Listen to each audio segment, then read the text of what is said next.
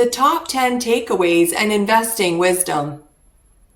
From Warren Buffett's 2023 Berkshire Hathaway annual meeting, how to value invest in 2023. There is no company in this world that has this much grand attraction from investors. Tens of thousands of people have journeyed to Nebraska this weekend to attend the annual shareholder meeting of Warren Buffett, Berkshire Hathaway, and listen to the Oracle of Omaha speak. Stockholders flocked to a shopping event on Friday called the Berkshire Bazaar of Bargains, which gathered dozens of Buffett's best-known businesses under one roof.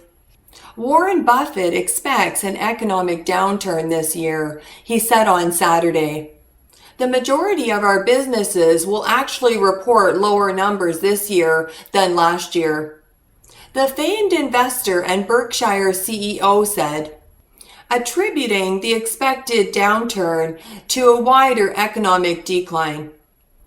What is my top 10 takeaways from Warren Buffett's 2023 annual Berkshire Hathaway meeting? I will let you know right after this. How you like that? How you like that? Look at you, now look at me. Look at you.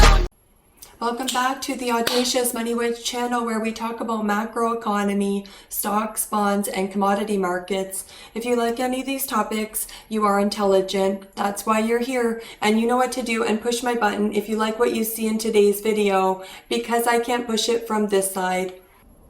Because you are already a success, it is done when you join the Audacious Money Witch Club.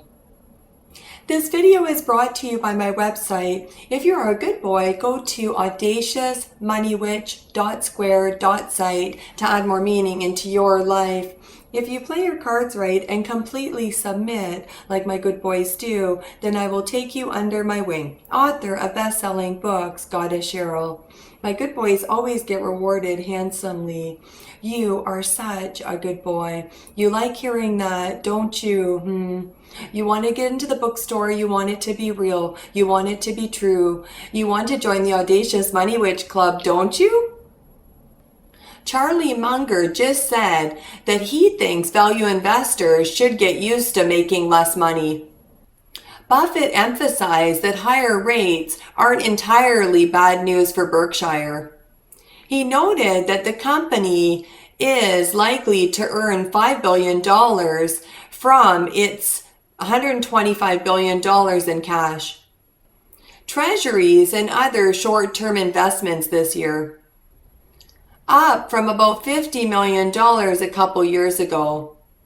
Warren Buffett went on saying that Munger said that value investors should expect less since he met him, and he also said there is going to be plenty of opportunities.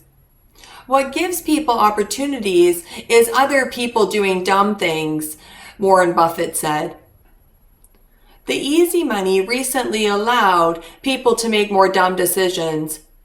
When your stock is down 80% to 90% and you sell out, that is a dumb decision to make, because that gives other investors the opportunity to take all of those shares, and it's a winning opportunity for them. Jackpot!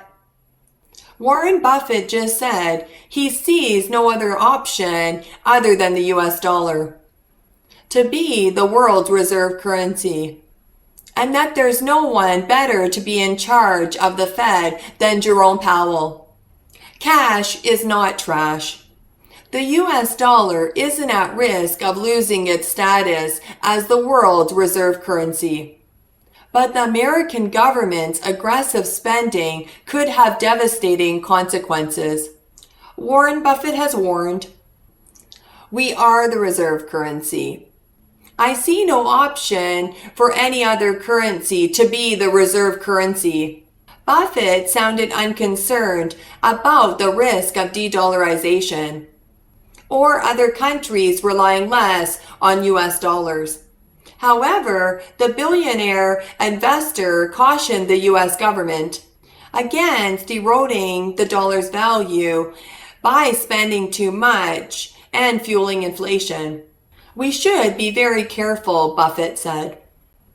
"It's very hard to see how you recover once you let the genie out of the bottle. And people lose faith in the currency," he continued. "It's madness to just keep printing money," Buffett said. The investor's business partner, Charlie Munger, 99 years old, added that the U.S. shouldn't risk the dangerous outcome by spending too much. Apple outclasses every single one of Berkshire Hathaway's subsidiaries, Warren Buffett says. Speaking at the meeting, Buffett underlined the intense loyalty that Apple fans have for Apple devices, at one point suggesting that its customers would prefer to give up a second car worth $35,000 than to part with their iPhone that costs $1,500. The investor also pointed out that Berkshire can't own more than 100% of its subsidiaries, whereas its ownership of Apple continues to rise as the tech giant repurchases its shares. "The good thing about Apple is that we can go up," he said, meaning he can buy more Apple shares into his portfolio.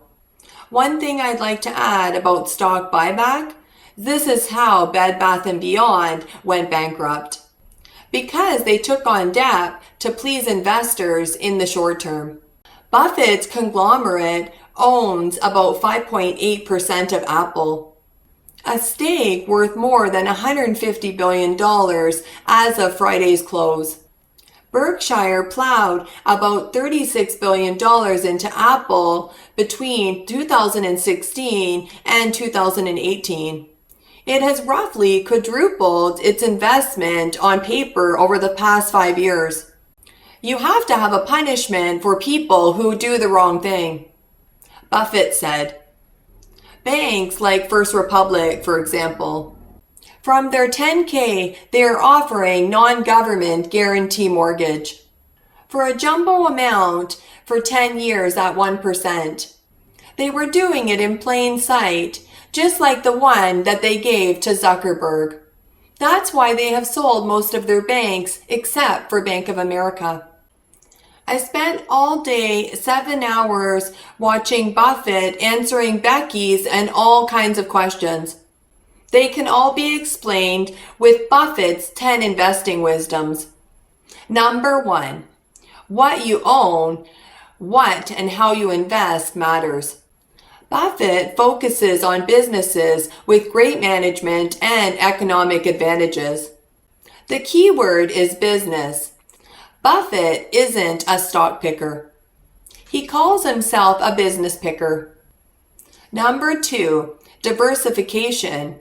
Just because you're diversified doesn't mean you have less risk. And just because you have a concentrated position doesn't mean you have more risk. Concentrating on a few stocks can decrease your risk, if it means you'll pay more attention to the business. Number 3, market pricing. Buffett says that a stock price shouldn't determine whether you buy or sell. In the short term, people vote with their dollars on what stocks will do well. In the long term, stocks with the most value tend to do well. Number 4, be greedy when others are fearful. When money is cheap, hold on to it. When money is expensive, invest it. When the Fed prints money and the interest rate is low, money is cheap. But when you have to pay 6.5% on your mortgage, money is expensive. Every so often, doom and gloom will hit the stock market. This is your chance to run towards it with wads of cash, instead of running away with pennies on the dollar. Number 5, buy businesses that reinvest in themselves. If it's a great company with great management and great profits, why wouldn't they reinvest in themselves? This creates an element of compound interest. Except instead of your returns compounding, it's business operations. Number 6, prioritize moat. If a business model produces high profits, there will be competition. Businesses that thrive like this have one thing in common: a moat. A moat doesn't only keep them profitable, but it keeps them in competition long term. This is crucial for investors. Number 7, buy boring businesses, especially if they sell products, services people need. Boring businesses provide stability and longevity to your portfolio. This allows you to make money for longer periods of time. Number 8, invest like a sloth. For investors as a whole, returns decrease as motions increase. Most investors would make more money if they bought and hold instead of buying and trading. This applies to rebalancing too. Here's what I mean. Number 9, rebalancing your portfolio.